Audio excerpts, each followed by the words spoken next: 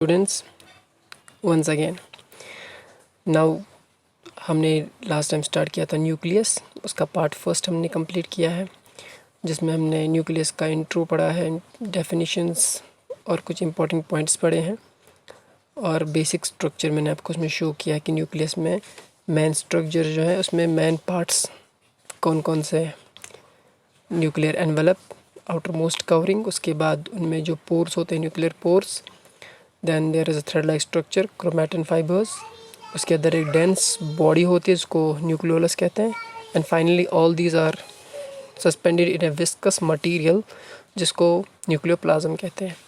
तो आज इस पार्ट में हम यही सब कंपोनेंट्स एक एक करके डिफाइन करेंगे, और इस पार्ट सेकंड में हम जो कवर करेंगे इन पार्ट्स में से, अल्ट्रा स्ट्रक्चर में से, वो है nuclear envelope, nuclear pore and nucleoplasm. अब मैं ये एक एक करके क्यों डिफाइन कर रहा हूँ, ताकि आपका ये टॉपिक जो है इसके बेसिक्स क्लियर हो, आपकी ज़्यादा से ज़्यादा डाउट्स क्लियर हो, और आपको ज़्यादा से ज़्यादा इंपॉर्टेंट पॉइंट्स जो है आप तक पहुँच सके। तो चलो फिर स्टार्ट करते हैं न्यूक्लियर मेम्ब्रेन से। न्यूक्लियर मेम्ब्रेन जो है, जिसको न्यूक्लियर एनवेलप भी कहते हैं, दे आर द सेम, चाहे न्यूक्लियर एनवेलप को या nuclear membrane, both are same. मैंने आपको स्टार्टिंग में भी कहा, इससे पहले डायग्राम में शो किया कि न्यूक्लियर एनवेलप जो है या न्यूक्लियर मेम्ब्रेन जो है ये डबल लेयर्ड है। ये डबल लेयर्ड मेम्ब्रेन है, यानी दो है, आउटर मेम्ब्रेन और इनर मेम्ब्रेन। तो न्यूक्लियर मेम्ब्रेन जो है, डबल लेयर्ड मेम्ब्रेन जो है, ये जो है ये न्यूक्लियस को सेपरेट करता है, अलग रखता है साइटोप्लाज्म से। यानी न्यूक्लियस के अंदर जो भी मटेरियल है ये उसको सेपरेट करता है साइटोप्लाज्म से, नहीं तो बहुत मिक्स हो जाएंगे। इसलिए पहला ये यही है कि सेपरेट करता है न्यूक्लियस इनसाइड को साइटोप्लाज्म से। दूसरा यहाँ पे एक और इम्पॉर्टेंट पॉइंट याद रखना कि न्यूक्लियर मेम्ब्रेन जो है इसको न्यूक्लियर एनवेलप भी कहते हैं, पेरी न्यूक्लियर मेम्ब्रेन, न्यूक्लियोलेमा और कैरियोथिका, ये सब नाम इसी के हैं। अब मैंने आपको ये सारे नाम क्यों बताए हैं, इसका एक रीज़न ये है क्योंकि जब क्वेश्चंस आते हैं तो काफ़ी सारे अलग अलग नामों से क्वेश्चंस आते हैं। तो अगर ये सारे नाम आपको पता नहीं होंगे तो कंफ्यूज हो जाओगे एग्ज़ाम में कि ये कौन सा क्वेश्चन है, ये तो कभी पढ़ा नहीं है। बट ये क्वेश्चन सेम वही होते हैं, बट नाम अलग अलग होते हैं, इसलिए आपको हर एक नाम याद रखना, जानना बहुत ज़रूरी है। फॉर इंस्टेंस कि आपको क्वेश्चन आएगा डिफाइन कैरियोथिका, तो आप कहोगे ये तो हमने कभी पढ़ा नहीं है, तो कैरियोथिका क्या होता है एग्जैक्टली वो वहाँ पे न्यूक्लियर मेम्ब्रेन के बारे में पूछ रहा होता है। लेकिन अगर आपको याद होगा कि उसको कैरियोथिका भी कहते हैं तभी आप उसको लिख पाओगे। तो ये सारे नाम रखना, याद रखना ज़रूरी है कि न्यूक्लियर मेम्ब्रेन को न्यूक्लियर एनवेलप भी कहते हैं, perinuclear space perinuclear membrane कहते हैं, न्यूक्लियोलेमा कहते हैं, और कैरियोथिका। ये यहाँ पे मैंने डायग्राम शो की है। राइट साइड में आप देखोगे कि माइक्रोस्कोप के अंदर न्यूक्लियस मेम्ब्रेन कैसा दिखता है, न्यूक्लियर एनवेलप, और इसके पोर्स कैसे दिखते हैं इसके ऊपर, और इनसाइड न्यूक्लियर लेमिना कैसा होता है ये देख सकते हो आप यहाँ पे इस डायग्राम में। आउटसाइड में डबल मेम्ब्रेन, उन पे ये छोटे छोटे पोर्स, ये जो डबल मेम्ब्रेन है जो बाहर कनेक्टेड है किसके साथ, न्यूक्लियर, ये बाहर एंडोप्लाज्मिक रेटिकुलम से कनेक्टेड है आउटसाइड मेम्ब्रेन, और इसके अंदर इनसाइड मेम्ब्रेन है, ये क्रोमैटिन फाइबर हैं, ये न्यूक्लियोलस है, और ये पोर्स है जो मैंने आपको सिंपली बताया है। यहाँ पे आप देख सकते हो जूम करके, ये इनर मेम्ब्रेन और ये आउटर मेम्ब्रेन, और ये पोर्स, पोर कॉम्प्लेक्स इसको कहते हैं, और ये राइबोसोम्स, ये पोर्स और ये राइबोसोम्स। तो चलो अब नेक्स्ट देखते हैं इनके मेन पॉइंट्स। जो न्यूक्लियर मेम्ब्रेन है इसका कंपोजिशन ये सेम बना है फॉस्फोलिपिड बाइलेयर, जिस तरह प्लाज्मा मेम्ब्रेन जो है वो बना है फॉस्फोलिपिड बाइलेयर, यानी दो लेयर किस चीज़ के, फॉस्फोलिपिड, फॉस्फोरस प्लस लिपिड, इनके दो लेयर्स। सेम न्यूक्लियर मेम्ब्रेन भी फॉस्फोलिपिड जो बाइलेयर है उन्हीं का बना है।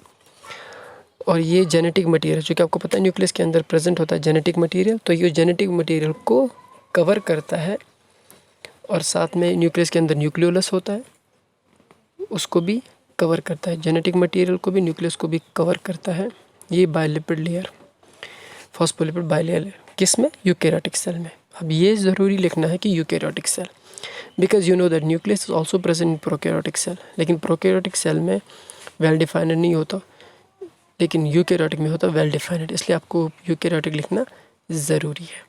नेक्स्ट पॉइंट, जो आउटर मेम्ब्रेन है, जैसे मैंने अभी आपको शो किया, ये डबल मेम्ब्रेन है, आउटर मेम्ब्रेन और इनर। जो आउटर मेम्ब्रेन है वो कंटिन्यूअस है। कंटिन्यूअस का मतलब है कि वो बाहर तक फैला हुआ, फिर वही बाहर जाकर आउटसाइड भी एंडोप्लाज्मिक रेटिक्यूलम से कनेक्टेड हो जाता है, उसके साथ कनेक्टेड होता है। तो मतलब इसके बीच में जो स्पेस होती है वो जुड़ जाती है। कौन सी स्पेस, और मैं आपको यूँ शो करूँगा। इस डायग्राम जो मैंने आपको पहले भी शो किया था, इस डायग्राम को आप ध्यान से देखो। यहाँ पे आप देखोगे ये जो आउटर मेम्ब्रेन है, ये आउटर मेम्ब्रेन यहाँ पे कनेक्टेड हो रहा है राइबोस यहाँ से एंडोप्लाज्मिक रेटिक्यूलम के साथ। इसी को बोलते हैं कंटिन्यूअस, यानी इसका जो है आउटर मेम्ब्रेन ये कंटिन्यूअस है, यही बार क्या एंडोप्लाज्मिक रेटिक्यूलम के साथ जुड़ जाता है। यहाँ पे आप देख सकते हो। और इसकी स्पेस जो है, ये जो मेम्ब्रेन के बीच में स्पेस है ऑरेंज वाली, जिसको पेरिन्यूक्लियर स्पेस कहा गया है, ये भी साथ में कनेक्ट होता है इस एंडोप्लाज्मिक रेटिक्यूलम के इस स्पेस के साथ, जिसको ल्यूमेन कहते हैं। एंडोप्लाज्मिक रेटिक्यूलम में जो स्पेस होता है उसको ल्यूमेन कहते हैं। न्यूक्लियर मेम्ब्रेन के बीच में जो स्पेस होता है उसको पेरिन्यूक्लियर स्पेस कहते हैं। तो ये दोनों आपस में कनेक्टेड हो जाते हैं, इस चीज़ को याद रखना। अब अगर जैसे मैंने अभी कहा, the space between membrane is called perinuclear space. Membranes के बीच में जो स्पेस होती है उसको पेरिन्यूक्लियर स्पेस कहते हैं। अब अगर न्यूक्लियर मेम्ब्रेन की मेन फंक्शन देखें तो इसका मेन फंक्शन ये है कि शेप, न्यूक्लियस की शेप को मेंटेन करता है और ट्रांसपोर्ट ऑफ मटेरियल, यानी रेगुलर मटेरियल करता है जो साइटोप्लाज्म से किस में, न्यूक्लियस में जाता है और न्यूक्लियस से साइटोप्लाज्म में। इस तरह जो है न्यूक्लियस के आउटसाइड इनसाइड में जो ट्रांसपोर्ट होता है मटेरियल, उसको रेगुलेट करता है न्यूक्लियर मेम्ब्रेन। सो अब अगर देखें nuclear pore complex, pore complex इसलिए कहा गया है क्योंकि इसका स्ट्रक्चर बहुत कॉम्प्लेक्स है। ऑल्दो ये पोर लाइक है लेकिन स्ट्रक्चर थोड़ा कॉम्प्लेक्स है, इसलिए इसको न्यूक्लियर पोर कॉम्प्लेक्स कहा गया है। अब इसका जो है मेन फंक्शन बस वही है, आप लेफ्ट साइड डायग्राम में देख सकते हो, जो मेम्ब्रेन है डबल मेम्ब्रेन, इसी में पोर्स बने हुए हैं। ये पोर्स, ये जो पोर्स हैं यही बने हैं, इन्हीं को न्यूक्लियर पोर्स कहा गया है। ये देखो यहाँ पे डबल मेम्ब्रेन में। अब इसका जो है मेन फंक्शन बस इतना है कि ये हेल्प करता है in the passage of molecules between nucleus and cytoplasm. Cytoplasm और न्यूक्लियस के बीच में जो भी ट्रांसफ़र या मटेरियल्स या जो भी आयॉन्स पास ऑन होते हैं इधर उधर, वो सब हो जाते हैं इसी न्यूक्लियर पोर्स से। इसके बाद अगर हम देखें न्यूक्लियर प्लाज्म, जिसको कैरियोप्लाज्म भी कहते हैं, जैसा मैंने पहले भी कहा, हर एक नाम याद रखना बहुत ज़रूरी है क्योंकि क्वेश्चन किसी भी नाम से आ सकता है। अब अगर न्यूक्लियर प्लाज्म की बात करें तो सिंपली कह सकते हैं it's a homogeneous and granular dense fluid inside the nucleus. ये न्यूक्लियस है जो आप राइट साइड में देख सकते हो। इसको अगर मैं, ये पर्पल पोर्शन जो आपको दिख रहा है, ये पूरा पर्पल इनसाइड, ये न्यूक्लियो प्लाज्म है पूरा। इसमें ये डार्क वाला न्यूक्लियोलस है और ये क्रोमैटिन फाइबर्स हैं और ये पूरा जो है ये न्यूक्लियोप्लाज्म है। अब ये न्यूक्लियोप्लाज्म में क्या क्या आता है, चूँकि ये विस्कस फ्लूइड होता है, इसमें प्रेजेंट होता है, ये न्यूक्लियस के इनसाइड प्रेजेंट होता है ये न्यूक्लियोप्लाज्म, ये विस्कस फ्लूइड है, इसमें क्रोमैटिन फाइबर प्रेजेंट होता है और न्यूक्लियोलस प्रेजेंट होता है। अब अगर ये टॉपिक आपको समझ में आया होगा तो लाइक और शेयर इसको ज़रूर करना अपने फ्रेंड्स के साथ, और अगर नए हैं तो इस चैनल को सब्सक्राइब ज़रूर कर लेना ताकि आपको नए वीडियोस, उनके अपडेट्स मिलते रहेंगे।